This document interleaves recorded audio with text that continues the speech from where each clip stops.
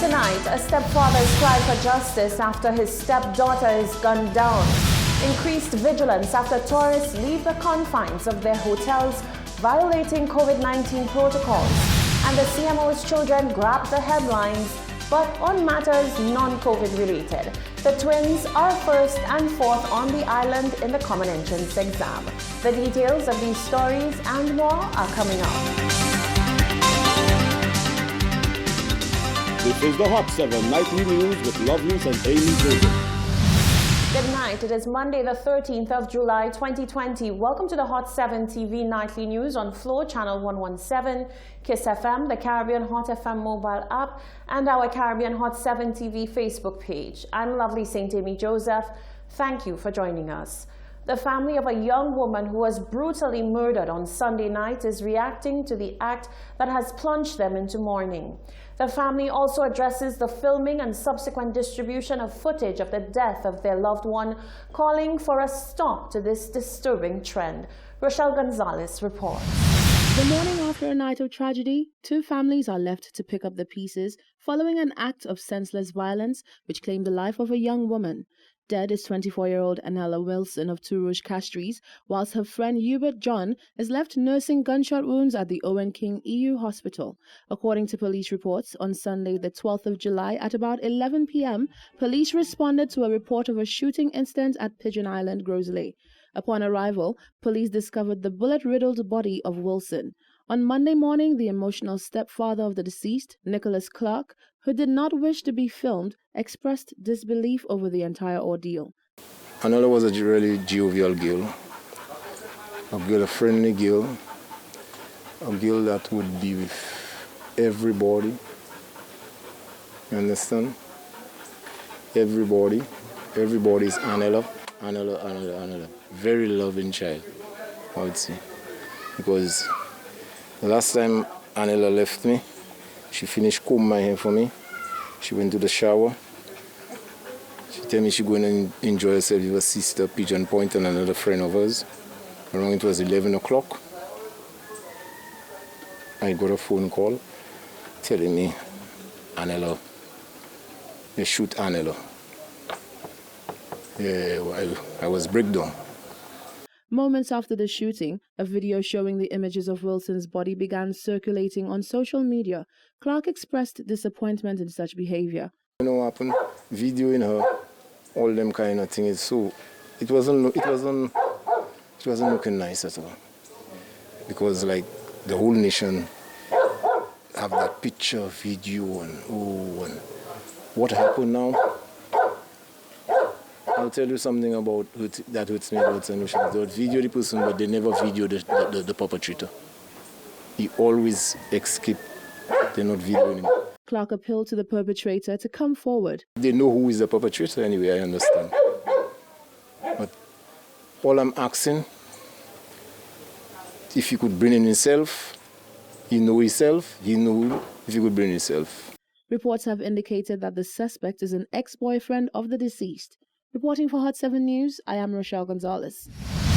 Now, our cameras visited the scene of Sunday night's shooting where 24-year-old Anella Wilson lost her life. Let's go to Shaka Wooding. Pigeon Point has notably become a hotspot for persons seeking entertainment or just to be outside while still observing physical distancing protocols.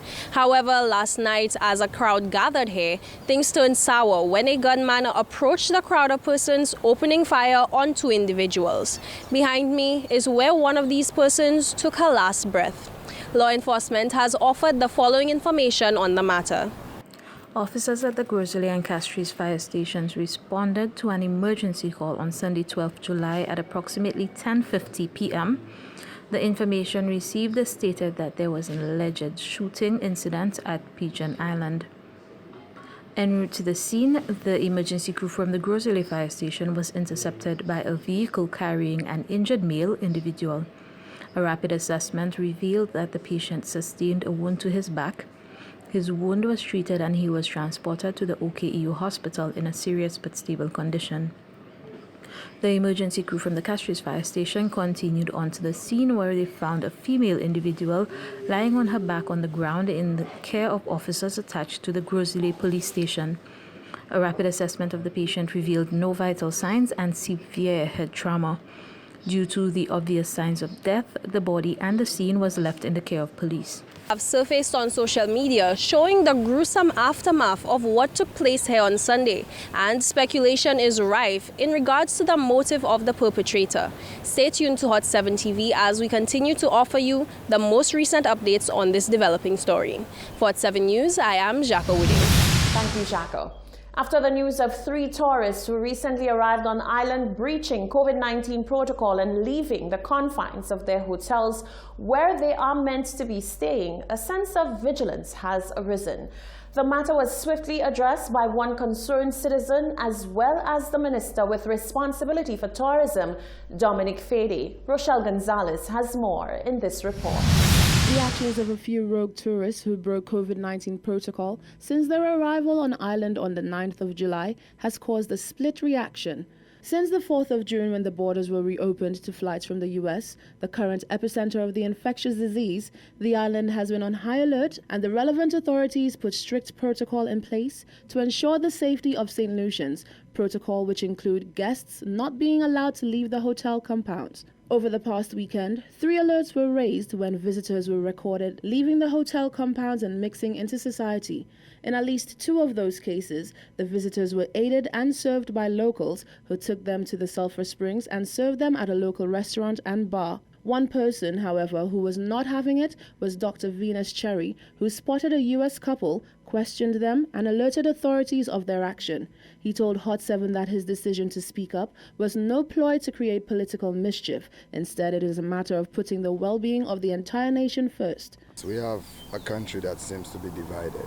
And I don't understand why, in a matter of what we would call national security like this, we are so divided. COVID-19 doesn't choose who it affects. Whether you WP or SLP, if you come in contact with anyone, you're at risk, your family's at risk, which means I'm at risk as well. So for me, it's not about a political thing. It's about ensuring that we're all safe. Yes, we all may have different idea as to how to restart the economy, when we should open the borders, who we should open it up to. Some things are beyond our control. What's in our control is to keep ourselves and our family safe. So for me, it was more of a matter of like, wow, like this is really happening. Should I worry about myself, my kids, the people of St. Lucia? So it's not about a matter of, are they gonna get away? It's difficult to tell people you spend your money, come in, and you're restricted to one thing. No one likes to be told what to do. We were all upset when we had a 24-hour curfew, right? We were all upset, regardless of if we were SLP or UWP. People don't like control, so we all either broke curfew or ventured out. We all do that. So we have to understand that some tourists, regardless of all the protocols that are in place, all the measures, they will get away. Dr. Cherry addressed the cases where locals willingly interacted with and served the visitors, knowing of the ramifications. We all are talking about restarting the economy and we all need money. But my concern has always been the risk factor for hotel, taxi, airport staff, and now the public. So yes, it's difficult. Like I asked myself, if I was a security guard at a hotel, and a guest said to me, here's $100 US. I want to just go out there real quick. Am I making enough money monthly for whichever company I'm working in to turn down $100 US? Or do I say, wow, as much as I want that $100 US, if I get contaminated, I can contaminate my family, the country at large. So it's a matter of what's more important. We all are hungry, we all need to eat.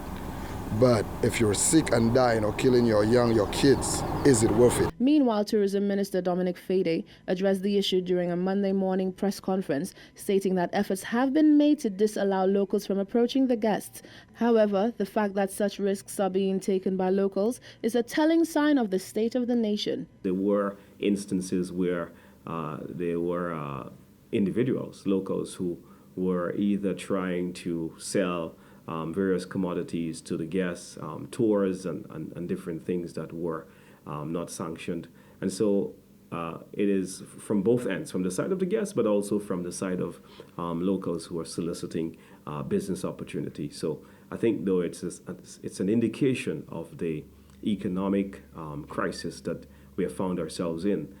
With your main sector being closed, it is very, very difficult for a number of people, even though the government would have taken steps to create various programs, both socially and economically, to cushion the situation that many guests, many locals would have found themselves in, or many families. The minister stated that the hotels where the guests were allowed to leave will face repercussions. Reporting for Hot 7 News, I am Rochelle Gonzalez. Common entrance examination results are out, and the results are twice as nice for the George family. The twins of the island's CMO and her husband placed first and fourth in the examination. Jacka Wooding spoke with the proud students and the family. By the account of their father, Christian George, twin siblings Dominique and Ava George have always been very competitive. He believes that this is what has led to their success at the 2020 Common Entrance examination. Dominic nabbed first place with 98.22% and was followed closely by his sister, who placed fourth with 96.11. Their father further attributed their success to the efforts of instructors from the Dame Paulette Primary School, who prepared the twins for this year's examination. Definitely elated. I work overseas, and because of COVID, I got stuck here. And my wife, since all of this started, was very occupied with work, so I had to sort of take the mantle and make sure that my kids did what they were supposed to do. It was quite intense. My kids, I did a lot of work with them. They had tutoring and stuff like that from Mr. Nestor. I mean, he was extremely helpful. We all played our part. Appearing twice on the listing as well was the Carmen Rene Memorial School in 2nd and 7th place. Principal Sayana Noli George lauded the work of the two students. I must say we are very, very elated, very, very excited with our results. We are quite pleased that our student placed in the top 10. We have two students in the top 10. We have Janik Polius, who placed second on the island overall, and Megan Forrester, who placed 7th. So the teachers are very, very happy about the results. The full list consisted of 4 male and 7 female students. The students will attend the St. Mary's College and St. Joseph's Convent, with the exception of Jeremiah Sonson in 5th place, who will attend the Viewfort Comprehensive Secondary School. Jacka Wooding, Hot 7 News. An apparent completed suicide has been recorded on island following the discovery of the body of Clifton Inglis, who was found hanging from a mango tree at about 10:30 a.m. Sunday. The discovery was made at Tidofe Machine Grocery. Reports suggest that prior to the incident, the deceased was allegedly involved in an argument with a relative. You're watching the Hot 7 TV Nightly News. Still to come, the president of the Principals Association says there is a need to go back to the drawing board and undertake a true analysis of this year's Common Entrance exam, and the details of the Economic Resilience and Recovery Plan. All that and more after the break.